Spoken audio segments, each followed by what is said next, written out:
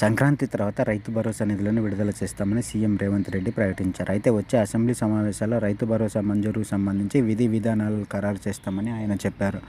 అయితే రైతు భరోసా విధి విధానాలు ఎలా ఉండబోతున్నాయి అన్న టెన్షన్ రైతుల్లో వ్యక్తమవుతుంది. వందల ఎకరాల భూమి ఉన్న వారికి ప్రభుత్వ ఉద్యోగులకు రైతు బంధు ఇస్తున్నారని కాంగ్రెస్ పార్టీ ప్రతిపక్షంలో ఉన్నప్పటి నుంచి అభ్యంతరం వ్యక్తం చేస్తూ వస్తుంది. ఆదాయ పన్ను కట్టేవారికి రైతు భరోసా కింద సాయం చేయడం ఏంటని ప్రతిపక్షంలో ఉన్న సమయంలో కాంగ్రెస్ నేతలు ప్రశ్నించారు. ఈ నేపథ్యంలో ఇలాంటి వారికి రైతు భరోసా ఇచ్చే అవకాశం లేదని తెలుస్తుంది. మరోవైపు రైతు భరోసాకు సీలింగ్ కూడా విధించే అవకాశం ఉందని తెలుస్తుంది. 5 ఎకరాలు లేదా 10 ఎకరాల లోపు భూమి ఉన్న వారికి మాత్రమే రైతు బంధు ఇచ్చేలా విధి విధానాల స్పష్టత వచ్చే అవకాశం ఉందని తెలుస్తుంది. మరోవైపు సాగుతో ఉన్న భూములకు మాత్రమే రైతు భరోసా ఇవ్వాలని ప్రభుత్వం భావిస్తున్నట్లు తెలుస్తుంది. రియల్ ఎస్టేట్ వెంచర్లు, సాగు చేయని భూములకు రైతు భరోసా నిరాకరించాలని ప్రభుత్వం యోచిస్తుంది.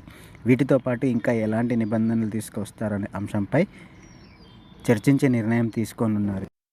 ఇంకా వర్షాకాలం సీజన్కు సంబంధించి రైతు భరోసా నిధులను రేవంత్ ప్రభుత్వం ఇంకా విడుదల చేయలేదు. ఇప్పుడు ఆ నిధులను విడుదల చేస్తారా లేదా కేవలం రబీ సీజన్ నిధులను మాత్రమే విడుదల చేస్తారా అన్న అంశంపై కూడా క్లారిటీ ఇవ్వాల్సి ఉంది. రైతు భరోసా పథకం విధి విధానాలను ఖరారు చేసేందుకు రేవంత్ సర్కార్ సబ్ కమిటీ ఏర్పాటు చేసింది. ఈ కమిటీ చైర్మన్గా బట్టి విక్రమార్క, సభ్యులుగా ఐటీ శాఖ మంత్రి ఉన్నారు. అయితే వీరు విధి విధానాలను ఖరారు చేసి 5 లేదా 10 ఎకరాల వరకు నిర్ణయం తీసుకొని సంక్రాంతి నుండి రైతు బంధును రైతుల ఖాతాలో జమ చేయనున్నారని తెలుస్తోంది.